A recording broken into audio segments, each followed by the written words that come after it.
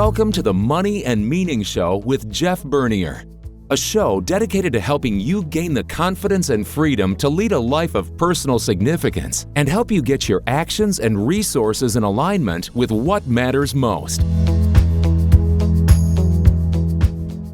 Well, hello and welcome to the Money and Meaning Show. My name is Jeff Bernier, your guide and host, as we have our periodic conversations around money and meaning. And so we take these shows and have discussions around meaning and purpose and how do you uncover what really matters, and then how do we marry that or partner that with wealth management? How do we create the capacity, the means to go do what you feel called to do? And I'm so excited about my conversation today with Neil Bage. So I have been deeply immersed in how to be a better advisor in helping our clients with sort of total financial wellness, not just the finances, but also the well-being aspects of it.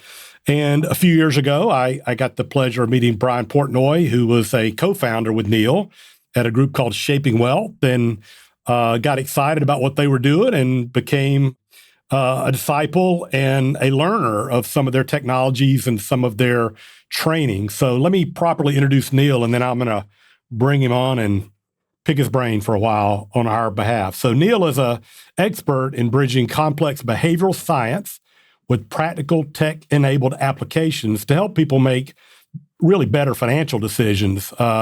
He served as a chief behavioral officer for a UK-based financial planning firm, was a founder of some award-winning behavioral technology, and we can learn a little bit about that. And he's an expert in both the behavioral psychology, but also some of the neuroscience around how the brain works and how we've evolved and how we make decisions. He's, again, most recently in the last several years, a co-founder of Shaping Wealth, and he speaks to a lot of audiences on these topics. So Neil, thanks for joining me today from, it sounds like, sunny UK today. So Great Britain. A sunny United Kingdom, Jeff. It's a rarity. So I'm kind of lapping it up. The fact that the sun is out, it's warm, it's April. And you know what, to top today off, it's a pleasure to have the opportunity to speak to you and share some thoughts with you. So thank you for that lovely, warm introduction. Well, thanks for being here. I always like to start these shows again, it's a very informal show, and we are speaking really to individual investors or people. So it's a retail audience, if you will, and it normally attracts people who are approaching the second act. You know, I wrote a book about the money and meaning journey, about moving into act 2 of our lives and how do we do that. And so a lot of our audience are people who are sort of transitioning into that second act. But to start, I always like to just be sort of informal to let them know you a little bit. So tell us a little bit about yourself and your career path that ended up finding yourself a co-founder in Shaping Wealth. So tell us a little bit about your background and your career path. Yeah, this is one where I really need to be careful to kind of rein it in, because I can go on and on and on about this stuff. Let me give you a truncated version. So I studied to be a PE teacher. And as part of that, I did two things. I did kind of, sports psychology and human biology. So the brain part of sports science, if you like, really fascinated me. But as did kind of more of the physiology and how the brain has an impact on our bodies. And so I did that, and then realized very quickly that I really didn't want to be a teacher. And maybe it's luck, maybe it's serendipity, whatever the word is. I kind of fell into financial services. A friend of my now wife had said to me, "Oh, I work for a financial services company just outside of London. Why don't you come and work with us? We're building all of these amazing tools. We could use your skill set." And I went in there with the vision of it being a short-term gig. I thought it was going to be maybe a month or 2 months, a year at most. And I ended up staying there for the majority of my career, actually, and working my way all the way up to C-suite in that organization. And then when I left there, I set up a consultancy. I'm always working on the human experience of money. So really kind of taking all my experience of the financial services world, but looking at it through the lens of a human being, to your point, Jeff, as you opened the show, real people and how they navigate the world, and set up that consultancy that worked. And I had some really big kind of, top draw clients who I worked with when I was doing that. Then I wanted to scratch an itch I had, which was to build a technology company.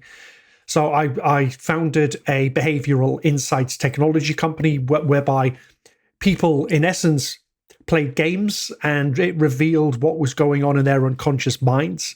And that was really cool. That was really fun. And then moved on from that and founded Shaping Wealth with Brian. And I've never looked back, but pretty much in a nutshell, my entire career, if you like, has always been working with real people, trying to help them understand what's going on inside their heads when they are making important decisions. And I just happen to have fallen into the world of finance and kind of practiced my craft in that space. Gotcha. Yeah, really cool. So just for our audience, tell us a little bit about Shaping Wealth. So what is the mission and vision of Shaping Wealth? What are you trying to do in the marketplace?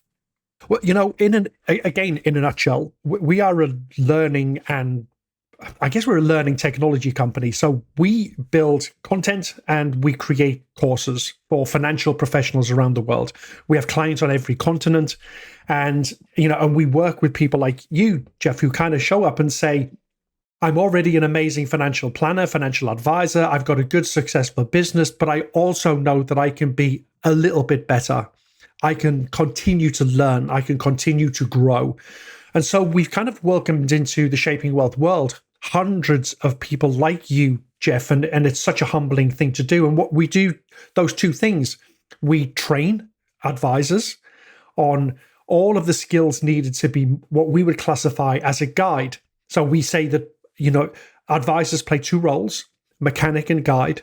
The mechanic kind of focuses on all of the technical aspects of the job, tax optimization, asset allocation, all of that type of stuff. The guide comes alongside the human to help them navigate uncertainty and change. It's the human element of what you do. It's listening. It's asking better questions. It's showing empathy. It's being curious. It's being creative. All of the things that would be classified as kind of soft skills, which, as you know, because you've been through our programming, are actually the hard skills to master.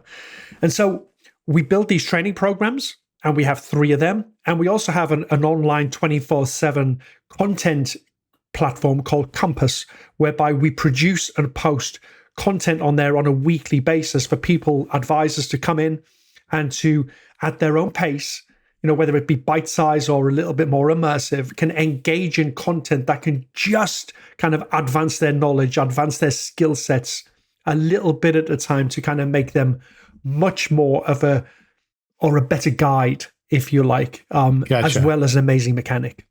Yeah. Well, I mean, I know that one of your taglines is funded contentment for all.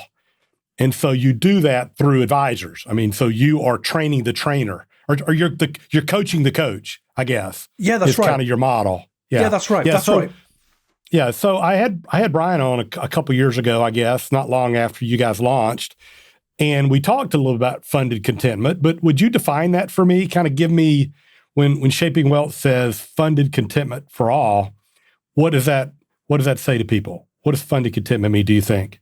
Yeah, so funded contentment is the ability to underwrite a life that is meaningful to you. So let's unpack that. Okay. There's 2 words that we need to kind of dive into, and one of them is wealth, and one of them is rich. And we believe that rich is a number, whereas wealth is a mindset. And what that means is I could have not a great deal of kind of cash in the bank or investments scattered all over the place, but the life that I live and the things that I do and the people I do it with actually make me incredibly wealthy, because ultimately they are giving me a deep sense of contentment. Now, we use the word content, not happy. Happy is more of a fleeting emotion. Contentment is much more deep set. So funded contentment is, how do I underwrite? How do I figure out what it costs me to live a life of meaning and purpose on my terms? Now, for some people, that might be, I want a Ferrari and a 6-bedroom house and a holiday home by the beach and all of those things. But absolutely fine. But for some people, more like me, it's about how can I just have a very small house near the sea so I can go and sit by the sea with my wife and dog, have a barbecue, have a glass of wine. And actually, do you know what? That really doesn't cost me a lot of money. So actually, the ability for me to underwrite my life isn't a big number. It's a relatively small number. But ultimately, what we're trying to do is get people to a place whereby they can sit and think, what makes me content? What just gives me that deep sense of, oh, I love my life? And go after that. Do that. Don't compare yourself to other people. Don't try and build the $6 million portfolio if that's not what you want to do. Figure out what makes you content. Figure out what gives you meaning and purpose. And then figure out what it costs to underwrite that life and live that life. That's what we mean. Yeah, that is so powerful. And I think, I've talked a lot in this show about, sort of going to the woods to go deep and contemplate what matters most. Because our goal is to try to help our clients create the clarity and confidence to lead a great life, how they define it. But it's about, again, combining, putting things in place to create the capacity to do what matters most. But you got to figure out first what matters most. Yeah, you do, Jeff. And I'm going to tell you, there's an interesting point on this is I think you have to live a life to figure out what matters most, right? You can't guess this stuff when you're young. You can't be 20 and think, oh, I'm going to build a life of meaning and purpose. And yes, you will have elements of life at that time in your life that give you meaning and purpose. I get that. But as you age, as you write chapters in your story, you can reflect and you can start to really nail down what matters most to you. And I remember vividly, I lived on a place just off the south coast of England called the Isle of Wight. And it was during just after the pandemic. And I remember sitting on the beach with my wife and my dog and a barbecue. I love barbecuing. And the sun was just setting and it was a warm summer's evening. And I was sat, my wife there, my dog there, cooking on a barbecue, the sun going down. And in that moment, for the first time in my life, I thought, you could never, ever, ever buy this feeling off me. This is what deep contentment feels like. I felt calm. I felt relaxed. Everything that mattered to me was in a square meter of me. Everything that mattered in my life. And that's when I had my epiphany. That's when I had my moment of, oh, this is funded contentment in play. And actually, I don't need a ton of money to replicate this feeling. Right. So everything I now do is in aid of trying to relive those moments and recapture that feeling I had on the beach that day. Yeah, very, very cool. And, I think what you said about, trying to figure this out when you're really young can be difficult because we're bad forecasters of what will matter to us later. I know that Brian or you or someone had recommended a book to us in the program, and I can't even remember the book, but the title of the book. But it talked about how poor we are at forecasting what will matter to us in the future. So you do have to have some life experience, I guess, to really get clear on what your values are and what truly matters. I have a friend, James Grace. I think you were on his podcast a while back, and y'all talked about a concept that you teach called Ikigai. Did I pronounce that correctly? Ikigai, yeah. Ikigai. And y'all did a whole podcast on it, so I don't want to spend the whole podcast on this. But I thought it was so powerful in terms of uncovering what really matters. So do you mind giving us a sort of a short version of what Ikigai is and sort of the 4 elements of Ikigai? I can. And I tell you what, it's really funny you should say that because sitting next to my desk, I always have this book. Oh, do you? Okay. All right. So this is close to your, yeah. It's part of your DNA here. It always sits next.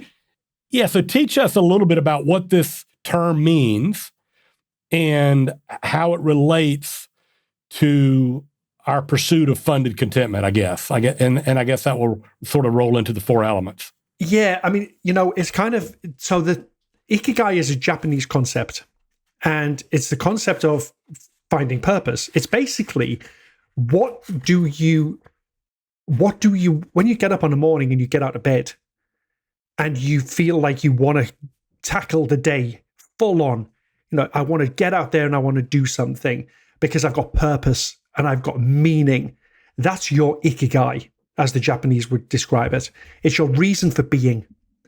Okay. And the problem we have in kind of, especially in Western civilizations, is we kind of look at these philosophies and go, yeah, okay, it's a great word, whatever. But actually the principles that underpin it are really, really important. And ultimately, it's about finding out what you love doing and finding out what you're good at, finding out what you can be then paid, or finding out a way to be paid to do that thing. And ultimately, it wraps up into a really neat kind of model whereby, and I would suggest anybody listening to this, there's a gazillion and one references on YouTube or Google to this thing. Just put in, what is Ikigai? Or even put in questionnaires to find out what my Ikigai is.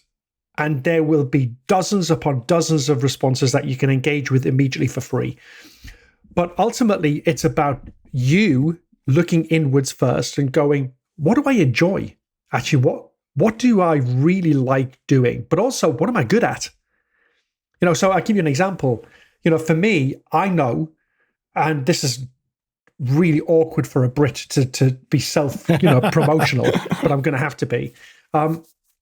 I know that when I stand on a stage at a conference and there's 800, 2,000, 3,000 people in front of me, I know I love doing that. And I know I'm good at that. And I know that I'm comfortable, I'm relaxed, I'm articulate, and I know that the feedback I get kind of validates that feeling. The feedback is, yes, Neil is good at this thing. So then a few years back, I thought, okay, so how can I get paid for this? Instead of me just saying I'm good at it and I like doing it, how can I actually turn that into something whereby I can, fund my contentment by doing something that I love doing? And so I kind of approached it from an Ikigai model, if you like, and I went through the whole process. And it's an amazing model at just basically saying, this is what you should do with your life. Get rid of all the other stuff because it's really noise and it's a distraction. Why do something if you don't love it? Why do something if you're not good at it? All of these kind of questions flood up when you kind of dive into Ikigai, but it's one of a handful of amazing kind of old models that are out there that have a significant impact, especially in this world where we are bombarded with noise and overwhelm. It just brings a sense of clarity and calm and a process that anyone can engage in. You don't need to be a PhD. Anyone can go through the process of Ikigai and can kind of find their meaning and their purpose and a plan of how to put that into practice. Gotcha. So the recommendation is basically just go through and do the work, do the questions, and contemplate these elements. One of my all-time favorite quotes that I used in my book, and I use it a lot, is from Howard Thurman. It says, don't ask what the world needs, ask what makes you come alive, and go do that. Because the world needs people who have come alive. And so there is a fourth question, and that is, what does the world need, right, in Ikigai? So what am I passionate about? That's what right. does the world need? What am I good at? And how can I be compensated in such a way that I can keep doing it? Correct. Yeah, so I like that Howard Thurman quote because it speaks to the element of what the world needs, because there's an element of service or contribution to Ikigai, the way I understood your conversation with James. So I know this sounds like sort of a soft, fluffy thing, but there's actually a lot of evidence from neuroscience, isn't there, that we actually get a physiological benefit from Ikigai or from serving or from operating in our zone? Is there not? I mean, I know, and that's really I know a lot of the human part of this is kind of your jam. You're sort of the expert in the Shaping Wealth team. You seem to be the guy that really pays attention to the physiology on this. Is that true, or am I just making this up? Or No, that's true. That is true. I mean, ever since I kind of did sports psychology, I've had a fascination with the human brain. I did a course at Harvard University on neuroscience. I've done a whole bunch of other things, and I have a fascination with it and how this thing in our heads, this 3 kind of pound spongy mass, is us. It's everything. It's the words we hear. It's the tastes we taste, the things we touch. It's us. And it creates our reality. It informs perception. All of these things have always fascinated me. And so to your point, what the human brain really doesn't like, and this is obvious, is uncertainty. It doesn't like ambiguity. It doesn't like being overwhelmed. And so any process like Ikigai that can give you a process that can declutter your thoughts. So instead of just sitting and thinking, oh, what should I do with my life? I'm 30, 40, 50, whatever the age is. What should I do? Because I feel like I've hit a wall. I feel like I'm not really happy or content. What should I do? I mean, that question is just such an open question. It's open to interpretation. There's so many answers. Whereas if I can go, actually, let me not think like that. Let me think through the lens of Ikigai. What am I good at? That, by the way, requires a brutal self-assessment, because we could sit, Jeff, and say, oh, I'm good at this and I'm good at this. But actually the evidence is saying you're really not.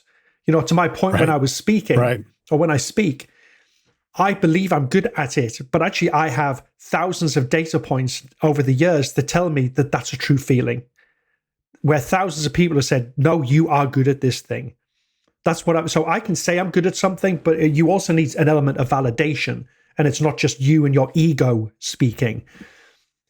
What am I good at? What can I get paid for? What does the world need? All of the 4 elements of Ikigai. It just gives you a model. It gives you a direction. It gives you a step-by-step process to figure out what could be quite an existential question. What do I do with my life? And that's why I love these models, because they're accessible, they're simple. And like I said, you can Google any of these models and get worksheets and questions and ways to start this process. But to your second question, what happens to the human brain when we go through processes like this is it breathes a sigh of relief. It floods with neurochemicals like endorphins and all of the chemicals that, unlike cortisol, which are negative and put you into a state of stress, endorphins and other neurochemicals like that kind of give us a sense of calm and a sense of relief. And so anytime we can trigger these neurochemical releases in the brain, our brain thanks us for that in a way that says, okay, now I'm calm. Now I can think clearer. Because in a state of stress or anxiety or overwhelm, I can't. The human brain hasn't been designed to think when it is in a state of stress or overwhelm. It kind of goes into a survive and a kind of fight or flight mode. It kind of goes, oh, I'm in a state of stress. Something must be triggering me. There must be something going on. Let me kind of zone in and try and find out where this threat is coming from. The more we can get rid of that, the better. Yeah, let's take that for a moment, because I want to go into the brain for a minute with you. So we developed as a species with certain material. Mm-hmm. Is that material well equipped for the world that we live in today? No. You can just say no, period. Yeah. Underline, bold. Yeah. Tell me how our brain was, kind of where our brain is as human, and then the world. Why is it a mismatch? So let's go back in time to the time that we as a species climbed out of trees. And that was 5.5 million years ago. So a species that we would know as Aurorin tugenensis, our oldest known kind of ancestor 5.5 million years ago. And that's where we became bipedal. We start walking around on 2 legs. And the brain, and let's use really simple words here, the brain at that time was primitive. It really was a survive and, of a fight and flight, survive and thrive mechanism. It was really simplistic. I need to eat and I need to reproduce. I need to survive and I need to kind of pass on my genes so that I continue this story continues. And over that 5.5 million years, the brain has, of course, evolved. Of course it has. And actually, ironically, at one stage with Neanderthals, it got bigger and then it kind of shrunk back down again. But it's always had the same kind of principle, survive and thrive. Always, since day one, survive, then thrive. And it's in that order. The first job of the brain is to keep us alive. That's why, Jeff, if you were out at a restaurant, for example, with your family, and there was lots of noise going on, it was very loud, and in the corner, somebody dropped a metal tray on the floor and it made a loud bang, your attention immediately would obliterate all of the noise and it would zone in on that one particular noise because the brain hears a bang and goes, there's a threat. And it has the most amazing, it happens at such a speed, the amazing ability to allow us to, or be prepared to survive, then thrive. But that's three parts. That's part one. Part two is during that long period of time, the brain has lived in what is known as an immediate return environment. Meaning, if I was hungry, I ate. If I needed food, I went out and hunted. I didn't go, I think I'll do that in 3 weeks' time. We didn't do that. So everything in the human brain for millions of years has screamed now. Do immediate it now. Response. Yeah. Immediate response. Well, society now kind of actually has forced us into what is known as a delayed return environment, whereby the actions I take today won't be immediately beneficial to me. So go back into our world for a second. Think of pension savings. We're saying to someone age 30, give me your money now and I will give it back to you in 35 years' time. And that wreaks havoc with a brain that has evolved in a now world. Because we're saying to it, yes, ignore that impulse that you've got that says, yes, but I want to spend this money on something now. And delay that feeling till later. You'll thank me in the future. That's a really difficult challenge for us, right? So that's part two. And part three is the human brain really is, whilst it's the most miraculous thing that we've ever encountered, and still to this day, I don't think we've discovered anything as magnificent and as powerful as the human brain, given its size and complexity. The reality is we have what is known as a limited capacity to process information. It becomes overwhelmed very quickly. And there's a rule of thumb. A lot of shortcuts. Yeah. Exactly. There's a rule of thumb that says that we can typically remember, roughly 7 plus or minus 2 things. So 5 to 9. That's the band of stuff that we can process at any one time. I would argue, and I have no evidence to this is just a theory of mine, that actually it's more like 5 plus or minus 2, because I think we are bombarded with so much information nowadays that, I don't know about you, I wake up and an hour and a half later, I'm already overwhelmed by the day. Yeah. I'm already trying to process so much information. And so the human brain has this ability to go, too much information. That's just too much. And so what it's resorted to is what's known as quick thinking. We make quick decisions because we have so much to do that we just want to get things off our plate. And so to answer your question, a long kind of lead up to the question, we've got this brain inside of our heads, an old brain that has evolved in a quiet, very simple world. Survive and thrive. That was it. It wasn't built for a world with mobile phones, television, 24-hour news, books, podcasts, people telling you things, all of the stuff. There's like a million things that happen to us on a daily basis. It feels like it wasn't built for that vast amount of data flooding into the engine. And so the human brain, modern human brain, is in essence always on tilt. It's always trying its hardest to catch up with everything that life is throwing at us. And, give you an example. Mobile phones, invented really or came to the mainstream, in the 90s, maybe? Yeah, late 90s, Personal computers, maybe the 80s. We aren't talking a long time ago, given the journey's 5.5 million years old. We are talking literally a blink of an eye ago. All of these things have landed on our laps and are opening us up to a world of noise. And this brain in our head is genuinely screaming at us, can you please slow down just a bit so I can catch up? And unfortunately, the way we engage with the world is we don't tend to do that. Yeah. Well, tell me your thoughts on decision-making in these times of overstimulation, either because of too much information or stress or even a transition. If you're moving from, you lost a spouse or you inherited money or you lost a bunch of money or you're retiring.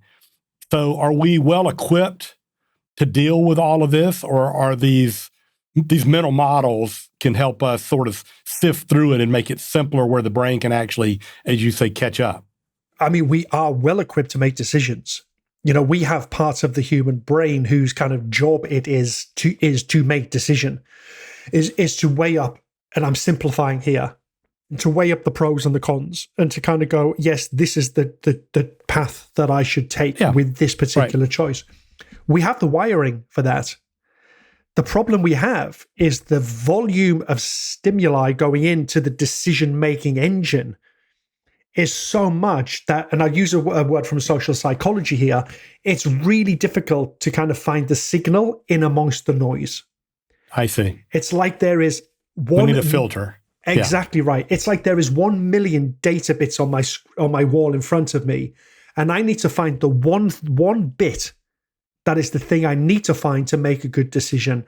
And I look at it and go, God, you know what? This is just too much. And actually, if I just do this, it'll get it off my plate. It'll be a decision that it might work out, it might not. And then I can do that and I can move on to the next thing. And Jeff, you may remember this when you and I were doing, when you were going through one of our training programs, Building the Behavioral Advisor. In one of my modules, I liken life to a game of tennis. And you're on one side of the net with a racket in your hand. Yeah. And a ball flies over the net at 120 miles an hour. And that ball is, I've got to take the kids to school today on time. And then just as you're about to return that ball, another one flies over. Oh, you've got to pick up the groceries. Then another one. Then another. Then another. Then another. And before you know it, you're stood there with this racket with 27, 35, 48 balls flying at you. And your job is to try and return every one of them. And it's an impossibility. It's just not possible. So in order to make good decision making, we really have to kind of, almost like Neo in the Matrix, we almost have to put our hand up and stop the balls and just take one at a time and go, right, let me deal with this. Let me be systematic and let me slow down and let me think, especially if that decision is a significant decision that can have an impact on the rest of your life. If it's whether to have a cup of coffee or a cup of tea, let the ball fly past. Who cares? Right? But for the decisions that are important, that will have an impact on your life, on your ability to live a life of funded contentment, you need to slow down and allow this thing to do what it does best, which is make great decisions when we give it the ability to do so. Yeah, I'm reminded of both, maybe it's Frankl about stimulus and response. You have an opportunity to pause between the stimulus and the response. So you need to take the pause. And then I'm also reminded of the system 1 and system 2 work of Danny Kahneman.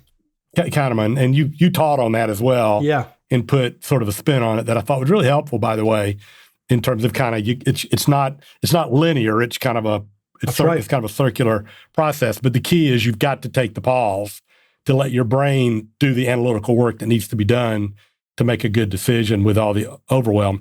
Let me give you a chance to get on one of your soapboxes. So, I saw. I keep pronouncing his name, Danny Kahneman. Yeah, Danny Kahneman. That's right. Yeah. Speak at a financial planning conference not long after he won the Nobel Prize in economics. He was a behavioral science guy that won a Nobel Prize in economics, and on a lot of his work, obviously, that he did with Amos Tversky on these kinds of ideas. And from that point, I became really interested in behavioral finance. But I thought my job was to help people keep from making behavioral, quote, mistakes, right? And it occurred to me, and when I ran into Brian at Future Proof before I did your program, I was thinking that I needed to be better at that because I forecast a world that we may have lower expected returns, we may have higher inflation, clients may need to save more, or find contentment. I mean, they may have to redefine what makes them happy, and I just needed to be better. And then I met Brian and you guys, and I said, man, this is a whole lot more than just investment advice. It's wellness. It's how to thrive. It's how to live holistically well. But our business and our industry is still a little behind, I think, in how we frame investment decision making. So, and we use terms like irrational. So let me give you a moment to correct our thinking on the difference between rational and irrational as investors or just in financial decisions. So I'm gonna shut up and let you go on this. Do you mind? Because I thought it was really helpful and really it changed my framing a lot. Yeah, I mean, you're naughty because you know that this is a soapbox for me. And I can feel my toes curling under the table when you mention certain words. So let me try not be too soapboxy and let me try and be. That's okay. You can. We can take it. We can take it. We need some tough love sometimes. Oh, man. Sometimes I rant about these things. And you're talking to an audience that gets advice from advisors who sometimes use this terminology. We do. So we do. And let me tell you, so no holds barred. If I could wave my magic wand, I would banish the word irrational from every dictionary on the planet Earth. I think it does people a disservice because it immediately makes them wrong. It makes them feel as if they are misbehaving, as if they are bad people, as if they're purposefully doing something that will cause them harm. And I really despise the use of the word in our industry. Advisors say to clients, oh, I know the world's markets are tumbling around our feet, and I know you're feeling worried, but you're being irrational. No, they're not being irrational. They're being perfectly normal.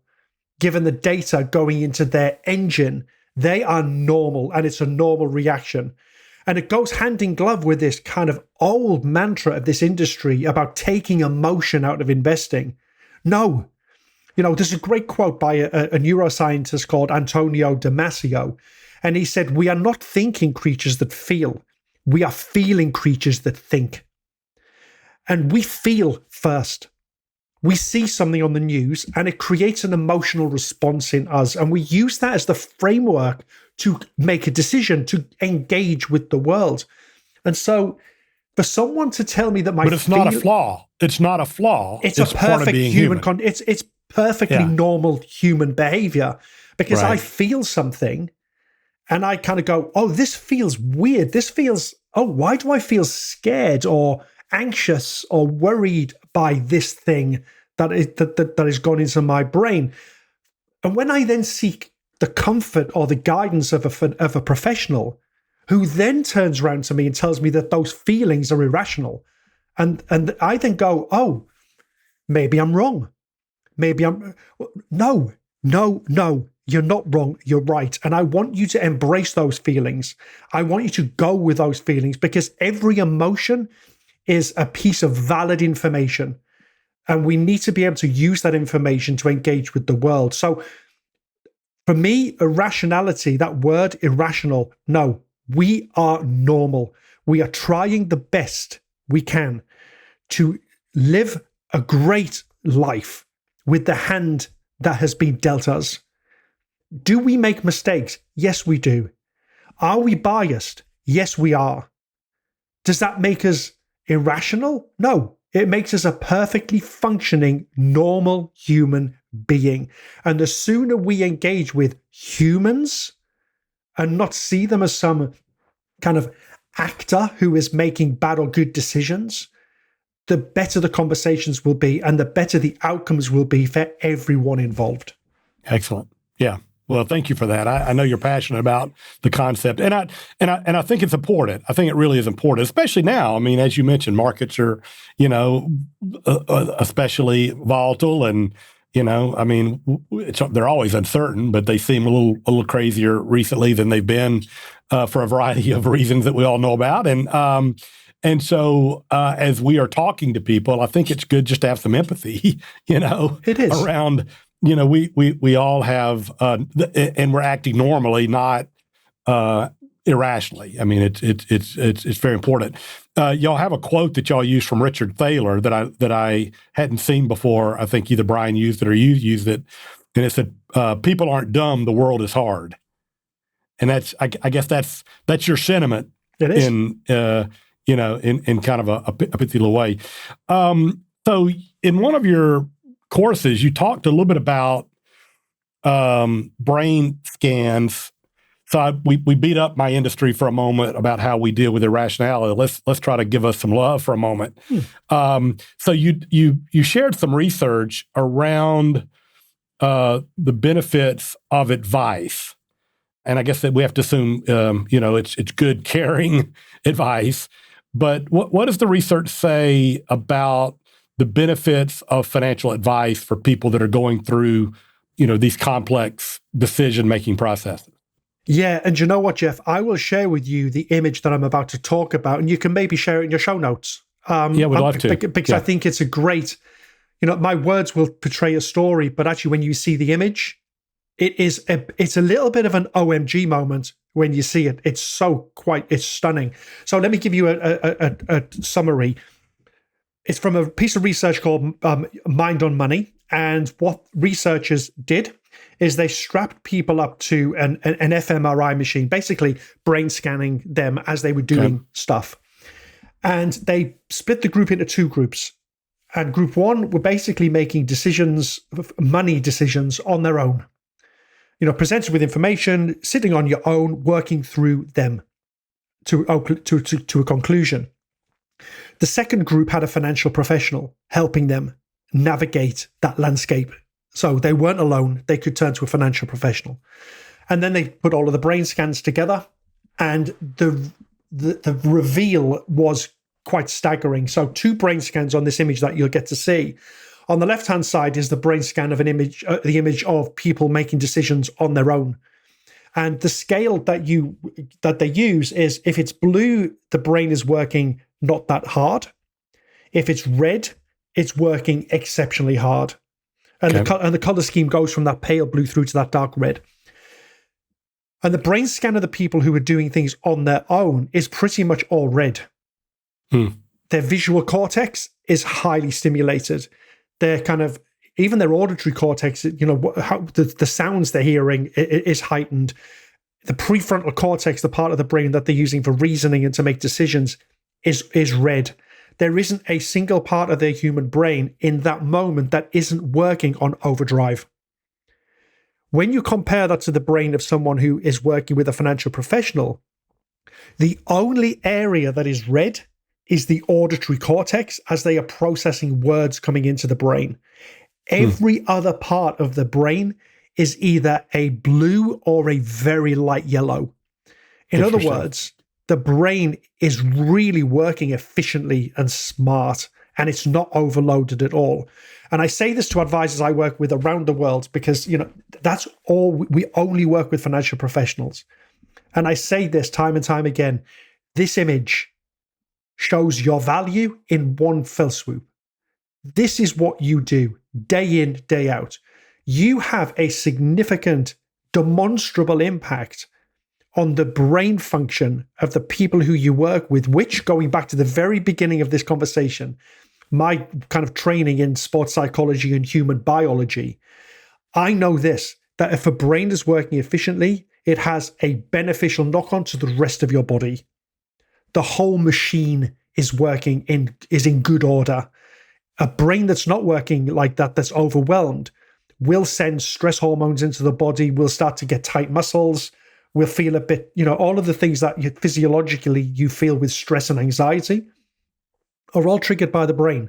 So as an advisor, Jeff, you're talking to clients and you're helping them navigate something that is fearful, stressful, worrisome, all of the words.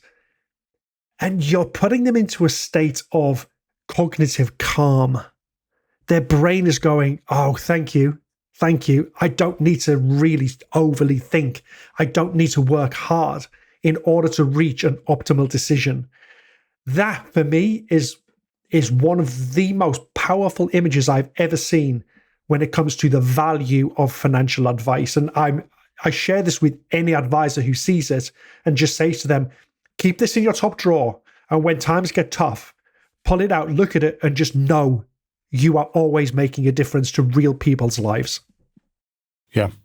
Well, that's encouraging. And, you get anecdotal experience from clients who tell you, obviously I just feel better knowing that you're there, and I feel better that I can process this with you.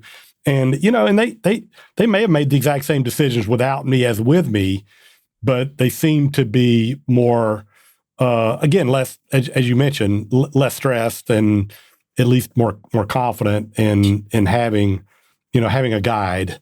Well, that's right. That's right. Along the way. That's right, Jeff. Yeah. And, I think this is true, though, in any walk of life, right?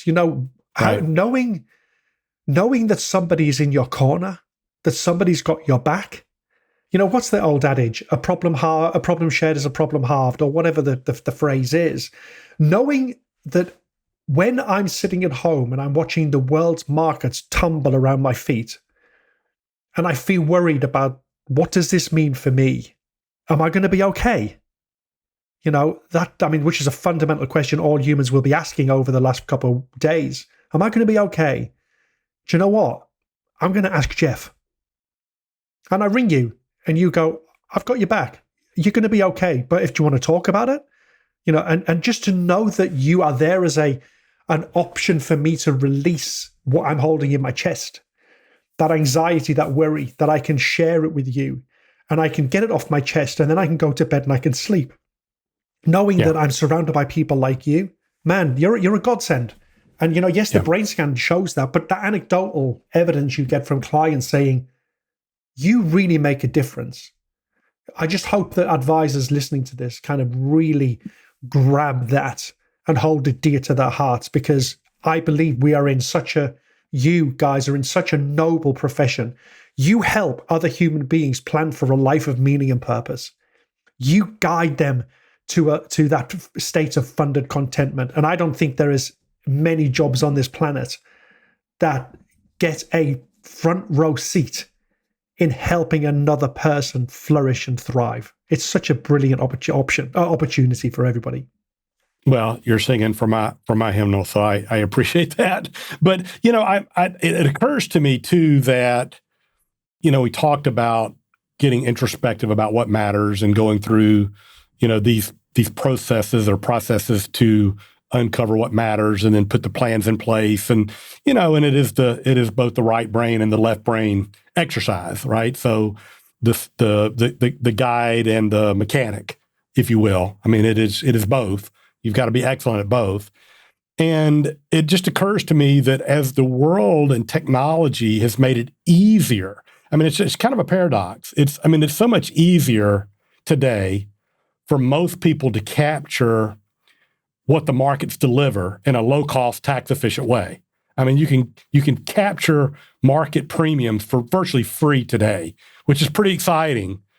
But more people are fearful and don't appear to be happier, and we continue to make choices that are not always in our best interest as we have more opportunity. So I think it all gets back to the relationship and planning, and as I mentioned, having processes that help people get in alignment, get things in alignment with what really matters. Well, Neil, this has been awesome. I knew it would be. So tell me how people can follow up and learn more about what you're doing, or follow you on social platforms if you put material out from time to time. Don't even know if you do. I follow all the Shaping Wealth material, but how can the audience learn more about you and your work and follow the work that you guys are doing? Yeah, it's very, very simple, Jeff. Just, shapingwealth.com is our main website, and we're on LinkedIn. We're on all of the social platforms, Instagram, Twitter, or X, whatever it's called today. But shapingwealth.com gives you a great starting point for understanding who we do, what we do, and why we do it. And then all of us, me, Neil Bage, Brian Portnoy, Dr. Joy Leary, Megan Lertz, the the 4 people that make up Shaping Wealth. Independently, we are all on those platforms too, but great starting point is shapingwealth.com. Well, you're having a huge impact, I think, on our industry and through our industry on real people who are making real financial decisions and trying to live better lives. I mean, that's kind of what this is all about, to live a better life. So, well, thank you, Neil. This has been fantastic. Hope you guys enjoyed the conversation as much as I did.